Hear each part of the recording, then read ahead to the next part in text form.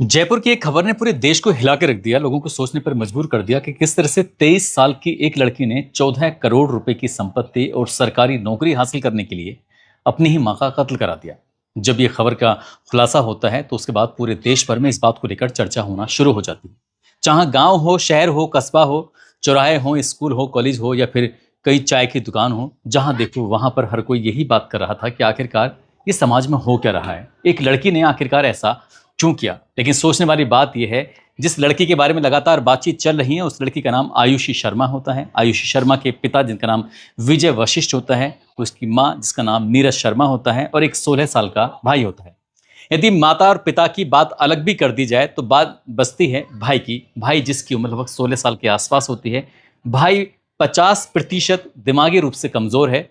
ऐसा कमज़ोर है कि जैसे और सामान्य लोग अपनी ज़िंदगी जीते हैं, सामान्य तरीके से कहीं भी घूमना, खाना फिरना ये सब होता है, साथ ही शादी होती है, शादी के बाद बच्चे होते हैं, एक आम जिंदगी जी जाती है। शायद आयुषी शर्मा का जो भाई होता है वो ऐसी ज़िंदगी जीने का कभी वो मौका ही नहीं मिलता। मौका इसलिए नहीं मिलता क्योंकि वो 50% दिमागी रूप से कमज़ोर जो है।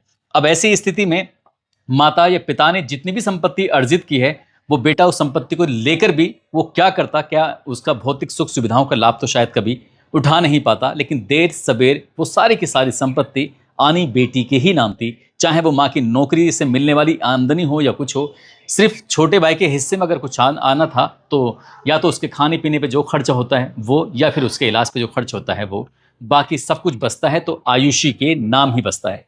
फिर सवाल उठता है कि अगर सब कुछ आयुषी के नाम ही होने वाला था तो फिर आयुषी अपनी माँ का कत्ल क्यों करेगी। आज की इस कहानी के माध्यम से यही जानने और समझने की कोशिश करते हैं। आदाब, नमस्कार, सत श्री अकाल। मैं उस्मान सैफी।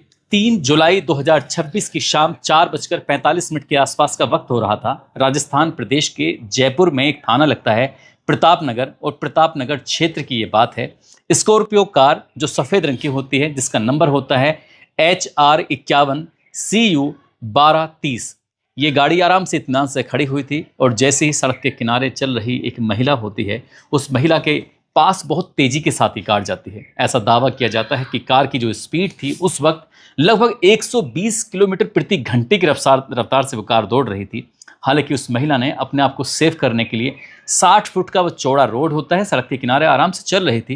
लेकिन फिर भी स्कॉर्पियो कार जब जोरदार टक्कर मारती है, टक्कर मारने के बाद वो महिला फुटबॉल की तरह हवा में उछलती है और उसकी मौके पर ही मौत हो जाती है।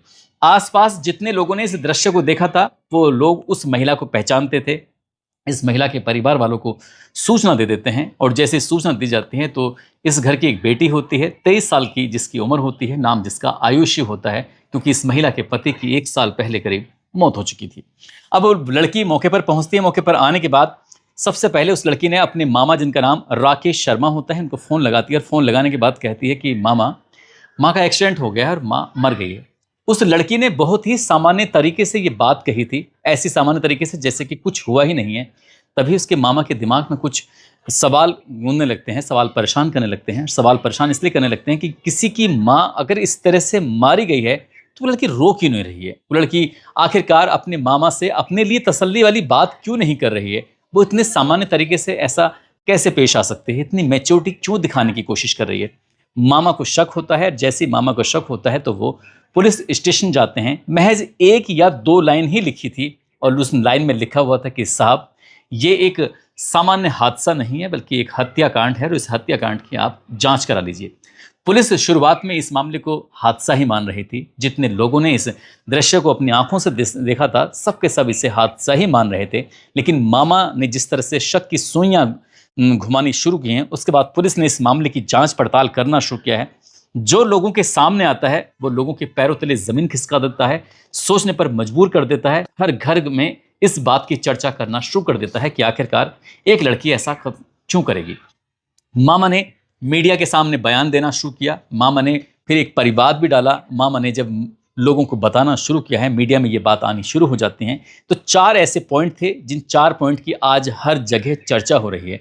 पहले पॉइंट की अगर हम बात करें तो पहला पॉइंट होता है नीरज शर्मा का। नीरज शर्मा जिसका एक्सीडेंट हुआ है, जो मर चुकी है, उन्होंने 1 मार्च 2026 को सांगानेर थाना लगता है, पुलिस स्टेशन लगता है। पुलिस स्टेशन में वो एक तहरीर दे के आती हैं, शिकायती पत्र दे के आती हैं और जाकर कहती हैं कि साहब, हमारे घर पर चोरी हुई है, उसमें कैश गया है, ज्वेलरी गई है, साथ ही कीमती सामान भी गया है। इस मामले की जांच पड़ताल कर लीजिए, चोर को पकड़ लीजिए, जो चोर होगा उसके खिलाफ आप कार्रवाई कर दीजिए।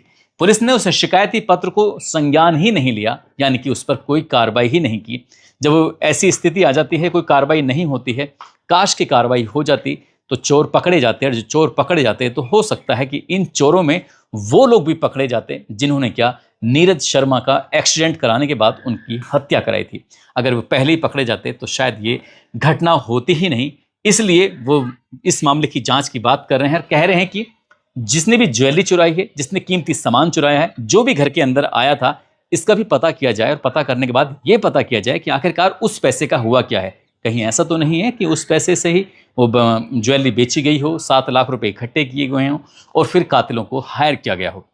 दूसरा सवाल उनकी तरफ से आता है कि नीरज शर्मा के जो पति होते हैं, जिनका नाम विजय वशिष्ठ होता है, दरअसल उनको ब्रेन ट्यूमर की शिकायत थी, उनका इलाज चल रहा था। ये दिसंबर 2024 तक इनका इलाज चल रहा था। एक हॉस्पिटल में वो एडमिट होते हैं, लेकिन अचानक ही जो उनकी बेटी होती है, जिसका नाम आयुषी होता है, आयुषी, और उस आयुषी का चचेरा भाई होता है रवि उर्फ बलराम, वो हॉस्पिटल पहुंचते हैं और घर वालों को, परिवार वालों को, किसी को कोई सूचना नहीं देते, और बिना सूचना दिए हुए ही विजय वशिष्ठ को वहां से निकालते हैं, उनकी हॉस्पिटल से छुट्टी करा देते हैं, और छुट्टी कराने के बाद कहीं ले जाते हैं, कहीं ऐसी जगह ले जाते हैं जहां घर में, परिवार में किसी को भी पता नहीं था।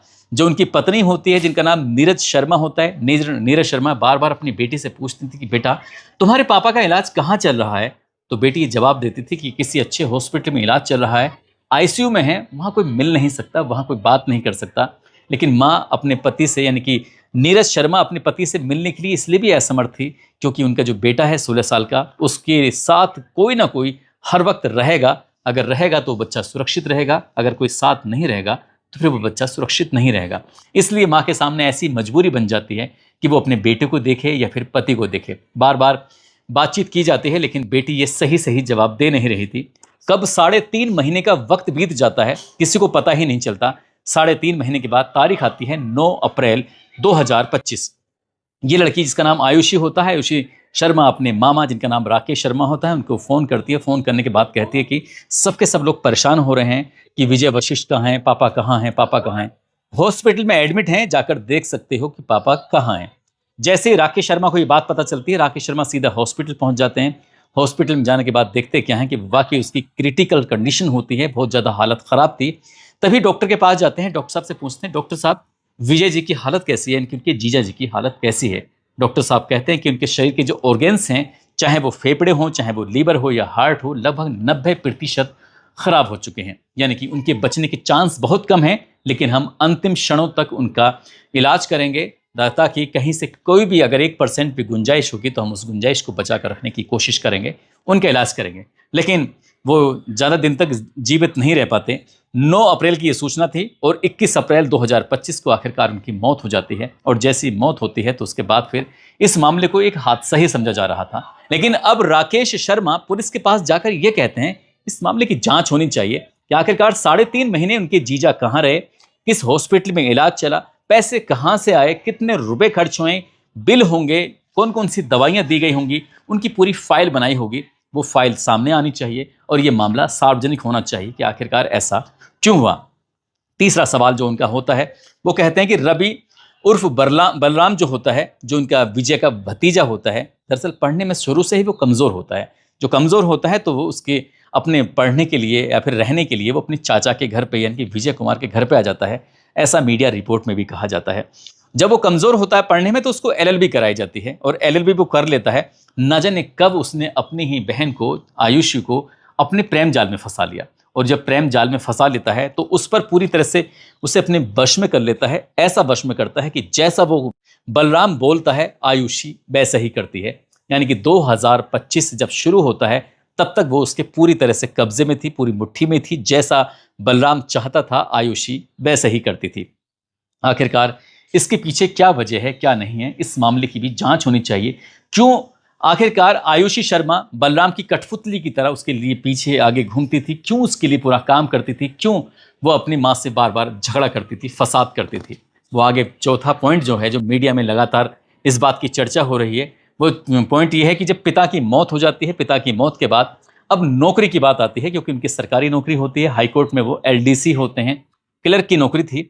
अब ऐसी स्थिति में जो बेटी है वो 23 साल की है, पढ़ी लिखी है, वो अपनी माँ से कहती है कि माँ, मैं अपने पिता की जगह नौकरी करना चाहती हूँ, इसलिए ये नौकरी मैं ही करूंगी। यानी कि वो अपनी माँ से शायद उतनी पूरी बात जानी भी नहीं, और उसने जाकर फार्म भी भर दिया था नौकरी का।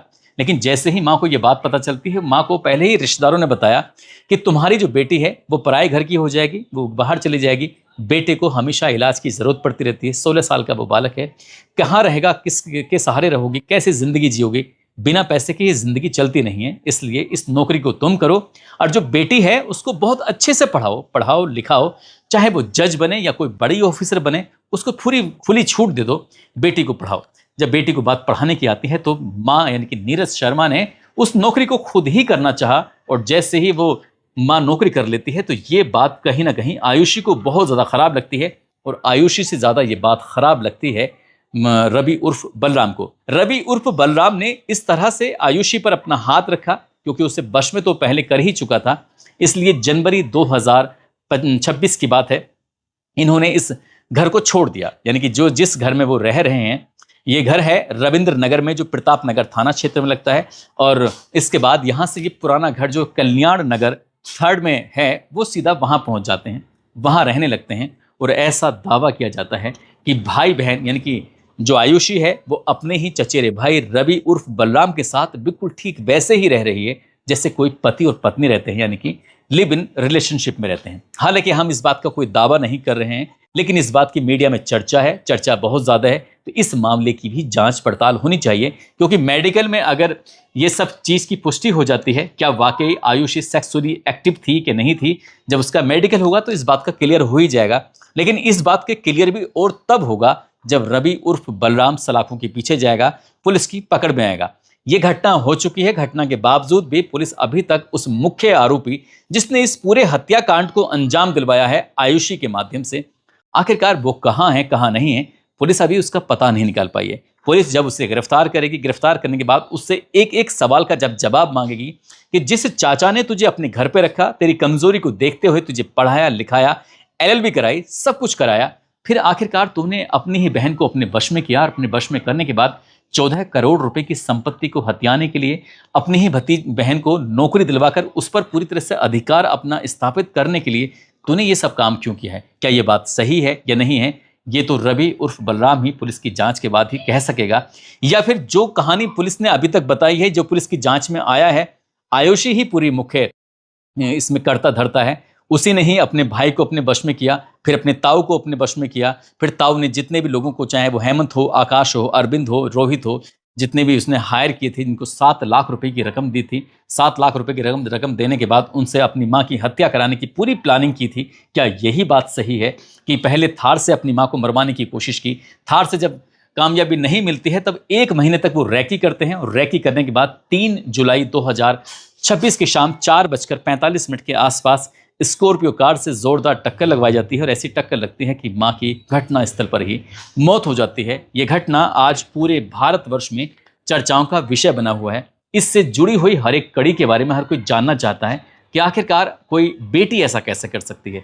बहुत सारी घटनाएं आपने सुनी होंगी कि बेटे ने माँ को मार दिया, बाप को मार दिया, लेकिन बेटी द्वारा माँ को मारने की घटना या फिर बेटी द्वारा पिता को मारने की घटना, ऐसी घटना कम ही सुनने को और देखने को मिलती हैं। आज आयुषी इसीलिए चर्चाओं का विषय बनी हुई है।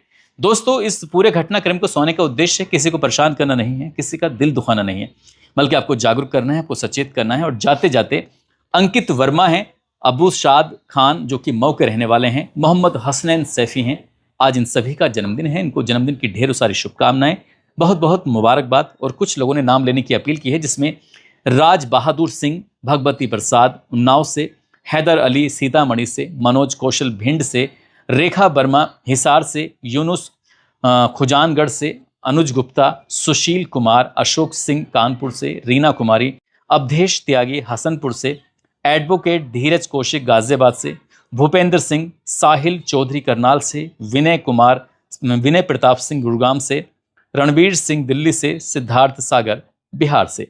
आप सब लोग अपना ख्याल रखें, सुरक्षित रहें। जय हिंद, जय भारत।